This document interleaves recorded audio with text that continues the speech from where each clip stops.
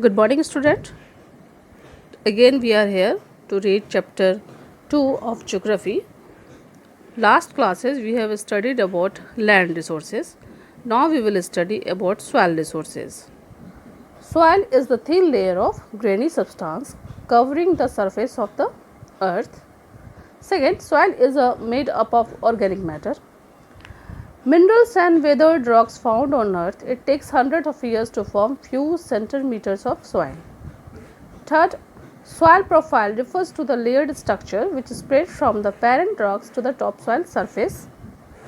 The four layers of soil profile are: first layer topsoil with humus and vegetation, second is layer subsoil with sand, silt and clay, third layer consists of weathered rocks material, and fourth layer that is parent rock.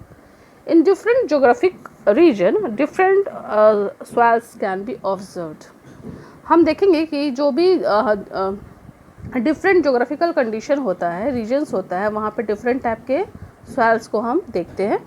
Various geoclimatic regions make the soil distinctions and varied fertility of soil occurs. हर तरह के मिट्टी का एक अलग ही value होता है. हर जगह की मिट्टी क्या होती है, एक जैसा नहीं होता है. Different types of soils are suitable for particular type of crops. और हर तरह का मिट्टी हर तरीका के क्रॉप्स के फर्टिलिटी उसके लिए क्या होता है, फर्टिलिटी जो होता है सॉइल का वो अलग अलग होता है. अब हम कहीं का जो मिट्टी देखेंगे तो कहीं के लिए गेहूँ चावल उपजाने के लिए वो मिट्टी अच्छा होता है, कहीं पे हम देखेंगे तो फल के लिए अच्छा होता है, कहीं देखेंगे तो फूलों के लिए अच्छा होता है. तो ये डिफ्रेंशिएट करता है. मिट्टी क्या है, डिफरेंट जगह पे डिफरेंट तरह का मिट्टी हम पाते हैं. Factors of soil formation. अब हम पढ़ेंगे कि फैक्टर्स ऑफ सॉइल फॉर्मेशन में क्या आता है. द मेजर बेसिकली 5 तरह का जो फैक्टर्स होता है वो सॉइल फॉर्मेशन में हेल्पफुल होता है. The major factor of soil formation are the nature of the parent rocks and climatic factor. Second है climate includes rainfall, temperature and humidity. It controls the type and effectiveness of weathering of parent material. Types of microorganism present and quantity of water seeping through the soil. Third है natural vegetation. Natural vegetation or biomass plays an important role in soil formation and development. Organic matter after decomposition is called humus. It gets mixed with soil, thereby increasing its fertility. दूसरा क्या है, climate है. ये बहुत ज़्यादा important होता है soil formation के लिए कि जब बारिश का होना, यहाँ पे टेम्परेचर है और फिर वहाँ का ह्यूमिडिटी है, ये कंट्रोल करता है हमारी मिट्टी को. तुम देखते भी होंगे कि चूँकि भारत जो है हमारा क्लाइमेटिक फैक्टर पे डिपेंड करता है, हम क्लाइमेट पे सबसे ज़्यादा डिपेंड होते हैं. तीसरा है नेचुरल वेजिटेशन. यहाँ का जो नेचुरल वेजिटेशन है वो बायोमास प्ले करता है एक इम्पॉर्टेंट रोल फॉर्मेशन और डेवलपमेंट में. फोर्थ है रिलीफ और topography. Altitude and slope determine accumulation of soil. Steep slopes encourage soil erosion. On steep slopes the speed of water is doubled as compared to the gentler slopes. Fifth है time determines thickness of soil profile. अब हम जितना समय मिट्टी को देते हैं उसी हिसाब से मिट्टी को जो है अपना एक उपज होता है, एक वो अच्छा वो फील करता है. Soil erosion. Soil erosion is a very important natural resources not only for man but for the whole of the biotic world. Soil erosion क्या है, बहुत ही इंपॉर्टेंट नेचुरल रिसोर्स है जो कि ना सिर्फ आदमी के लिए बल्कि पूरे बायोटिक वर्ल्ड के लिए अच्छा होता है. Soil erosion is the process of D attachment and transportation of soil particles. Soil erosion में क्या होता है कि मिट्टी जब कटना शुरू हो जाता है तो एक जगह से दूसरी जगह जो है सॉइल पार्टिकल्स को ये भेजता है. Causes of soil erosion. Both human and natural factors causes soil erosion. The important human factors for soil degradation are deforestation, faculty methods of farming, third faculty cropping pattern, fourth is shifting cultivation or slash and burn agriculture, fifth है steel, other human factors और six है natural forces. इन सारे चीज़ों की वजह से क्या होता है, हमारा सॉइल इरोजन होता है। इससे सबसे पहला आता है डिफॉरेस्टेशन। डिफॉरेस्टेशन किसको कहते हैं कि जिसमें हम बहुत सारे जंगलों की कटाई छटाई कर देते हैं, और उससे क्या होता है कि मिट्टी जो है बहुत ही आसानी से हवा के द्वारा और पानी के द्वारा निकल जाता है। दूसरा है कि faulty method of farming.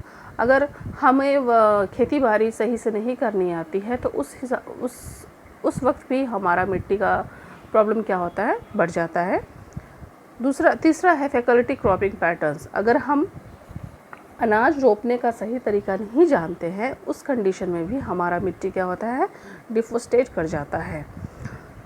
Fourth है शिफ्टिंग कल्टीवेशन और स्लैश एंड बर्न एग्रीकल्चर। मैंने कभी तुम्हें पढ़ाया होगा शिफ्टिंग कल्टीवेशन और स्लैश और बर्न एग्रीकल्चर के बारे में, कि शिफ्टिंग एग्रीकल्चर क्या होता है कि ये हर जगह पे यूज़ नहीं होता है। शिफ्ट करते हैं कि एक जगह से दूसरी जगह हम अनाज को जब उगाते हैं तो वहाँ से उखाड़ के दूसरी जगह उसको रोपते हैं। और उसी के साथ आता है बर्न एग्रीकल्चर। हम क्या करते हैं, एक साथ जब फसल सूख जाता है, हम जब खेतों में पड़ी हुई फसलों को निकाल के उसके जो उसका मेन पार्ट होता है उसको हम क्या करते हैं, खेतों में ही छोड़ देते हैं। और खेत में छोड़ने के बाद क्या करते हैं, पूरा आग लगा देते हैं।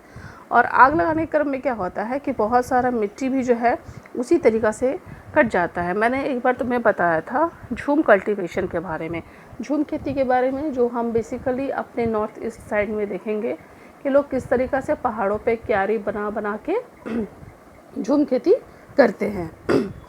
फिफ्थ है स्टिल अदर ह्यूमन फैक्टर्स। बहुत सारे ऐसे अदर फैक्टर्स भी हैं, जैसे ओवर ग्रेजिंग है, माइनिंग है और कंस्ट्रक्शन एक्टिविटीज़ है। हम ज़रूरत से ज़्यादा ग्रेजिंग करते हैं, माइनिंग करते हैं, और कंस्ट्रक्शन एक्टिविटीज़ में भी अभी तुम देखोगे तो कंस्ट्रक्शन की वजह से बहुत सारा लैंड रिसोर्सेज जो है हमारा बर्बाद जा रहा है। ऐसे नहीं बर्बाद जाएगा, हम मिट्टी की खुदाई करते हैं, खुदाई के क्रम में अगर कभी पानी बरस जाता है तो वो भी मिट्टी क्या होता है, पानी के साथ बह के निकल जाता है। माइनिंग है, हम खदान खोदते हैं, हम फैक्ट्रीज़ लगाते हैं, तो उसमें भी क्या होता है, हमारा जो है मिट्टी डिफोरेस्टेशन, सॉइल इरोजन हो जाता है। छठा है natural forces like landslides, wind, glacier and water also lead to soil erosion. और सबसे महत्वपूर्ण रोल क्या अदा करता है, तो नेचुरल फोर्स है, जैसे लैंडस्लाइड्स होता है। आप कभी जाइए पहाड़ों के साइड जाइए, कभी कभी तो चट्टान खसक जाता है, मिट्टी फट जाती है, हवा है, ग्लेशियर है, ये सब क्या होता है, ये भी हमारे सॉइल इरोजन में एक अहम रोल अदा करता है। अब आता है हमारा कंजर्वेशन ऑफ सॉइल। अब हमने पढ़ा causes of soil of erosion के बारे में। अब हम पढ़ेंगे कंजर्वेशन ऑफ सॉइल, जिसमें पहला है एफॉरेस्टेशन है, दूसरा है कंटूर फार्मिंग, थर्ड है क्रॉप रोटेशन, फोर्थ है टेरेसिंग, फिफ्थ है बंडिंग और सिक्स्थ है शेल्टर बेल्ट्स। एफॉरेस्टेशन में क्या होता है कि इसमें हम क्या करते हैं कि पेड़ पौधे को बहुत ही ज़्यादा रूट्स जो होता है बहुत ही टाइटली उसको पकड़ के रखता है, और इसमें क्या होता है कि पेड़ सॉइल इरोजन की संभावना बहुत कम हो जाती है। अब मान लो कि कोई भी पेड़ मिट्टी की पकड़ को बहुत मजबूत बना के रखेगा तो आंधी तूफान भी उसको नहीं हटा सकता है। अगर मिट्टी में अगर जड़ की पकड़ ही कमज़ोर हो जाएगा तो क्या हो जाएगा, पेड़ जो है उखड़ के बाहर उड़ जाएगा। कंटूर फार्मिंग है, स्लोपी रीजन्स में अब अगर हम जाएंगे तो यहाँ पे contour lines to slow down flow of water down the slopes जो होता है धीरे धीरे करके एक दूसरे के साथ जब हम पेड़ पौधे को रोकते हैं तो धीरे धीरे करके पानी उसके नीचे से आना शुरू हो जाता है। क्रॉप रोटेशन करेंगे, planting different crops on the piece of land helps in reducing erosion. अब एक ही खेत में हम क्या करेंगे, पार्ट बना लेंगे। मान लो हमारे पास 1 कट्ठा ज़मीन है तो हम क्या करेंगे, आधे कट्ठे ज़मीन में हम चावल रोप लेते हैं, दूसरे फील्ड में हम गेहूँ रोप लेते हैं, तो उससे भी क्या हो जाएगा, हमारा सॉइल इरोजन प्रॉब्लम्स क्या हो जाएगा, सॉइल इरोजन जो है यहाँ पे कम हो जाएगा और फर्टिलिटी ऑफ सॉइल्स क्या हो जाएगा, बढ़ जाएगा। फोर्थ है टेरेसिंग, ब्रॉड स्टेप्स और terrace are made to step slopes. जैसे टेरेस है, स्लोप्स कैसे, स्टीप बाय स्टीप इसको करेंगे, ब्रॉड स्टेप्स में करेंगे। फ्लैट सरफेस में क्या करेंगे, हम अनाज को उगाएंगे। इससे क्या होता है, the control water run off and minimise erosion. Control जो पानी क्या करता है, रोकता है और सॉइल इरोजन बच जाता है। Bunching refers to the construction of small bunds across the steps of the land as a contour. These bunds act as a barrier to check water runoff. अब हम क्या इसमें दूसरा में क्या करेंगे, छोटा छोटा स्मॉल बर्ड्स बना के स्टेप बाय स्टेप रख देंगे, उससे जो है वाटर बैरियर जो है रोक लेगा। सिक्स्थ है shelter belts. These are actually green belts of trees in coastal and dry region. They help in checking the strong winds from picking up loose soil from the ground. अब six क्या है, shelter belts है। ये coastal area और dry regions में होता है, जो कि हेल्प करता है जो कितना आंधी तूफान भयंकर आने वाला है, और ये मिट्टी जो है ज़मीन को पकड़े हुए रहती है। सेवेंथ है mulching. The bare ground between plants is covered with straw और a layer of organic matter. It helps retain moisture in the soil. अब जो मल्चिंग है ये एक बेयर होता है, पेड़ पौधे के साथ और वहाँ के ऑर्गेनिक मैटर के साथ, ये वहाँ मिट्टी के मॉइस्चर को बनाए रखने के लिए होता है। Intercropping, different crops are grown in alternate rows and are slowed at different times to protect soil from rain wash. Intercropping क्या होता है, इसमें अल्टरनेट रोज बना होता है और डिफरेंट टाइम्स जो है क्या करता है, ये मिट्टी पानी बहने हुए बरसात के पानी से इसका बचाव करता है। Strip cropping, large fields are divided into strips. Strips of grass are left to grow between the crops. This break the force of wind. अब ये जो स्ट्रिप क्रॉपिंग होता है, इसमें क्या होता है, ये बहुत बड़े फील्ड में इसको स्ट्रिप्स के अनुसार इसको बांट देते हैं, और यहाँ पे इसके बाएं तरफ क्या करते हैं लोग, घास को उगा देते हैं। और घास उगाने के क्रम में क्या होता है कि यहाँ पे जो है बरसात का पानी हो, चाहे कोई भी फोर्स विंड का हो, इसको ये हार्म नहीं कर सकता है। Check overgrazing, it mostly happens in hilly region. It is essential to put a check upon overgrazing. और ओवर ग्रेजिंग पे भी हम कंट्रोल करेंगे, क्योंकि ये सबसे ज़्यादा कहाँ होता है, हिली रीजन्स में होता है, और हमको क्या देखना है कि यहाँ पे जो है ओवर ग्रेजिंग ज़्यादा से ज़्यादा नहीं हो। आज हम लोगों ने पढ़ लिया सॉइल इरोजन के बारे में, उसके साथ साथ उसके फैक्टर्स को पढ़ा हमने। सॉइल इरोजन का क्या कॉजेज़ होता है और कंजर्वेशन ऑफ सॉइल क्या होता है, ये सब हम लोगों ने पढ़ा है। नेक्स्ट चैप्टर हम लोग पढ़ेंगे वाटर रिसोर्सेज के बारे में, और वाटर रिसोर्सेज के बारे में थोड़ा बहुत आप भी पढ़ के आइए, और जहाँ तक हो सके आप अपने चैप्टर्स को रिवीजन भी करते रहिए। ऐसा नहीं है कि आप पढ़ लिए और उसके बाद छोड़ दिए हैं।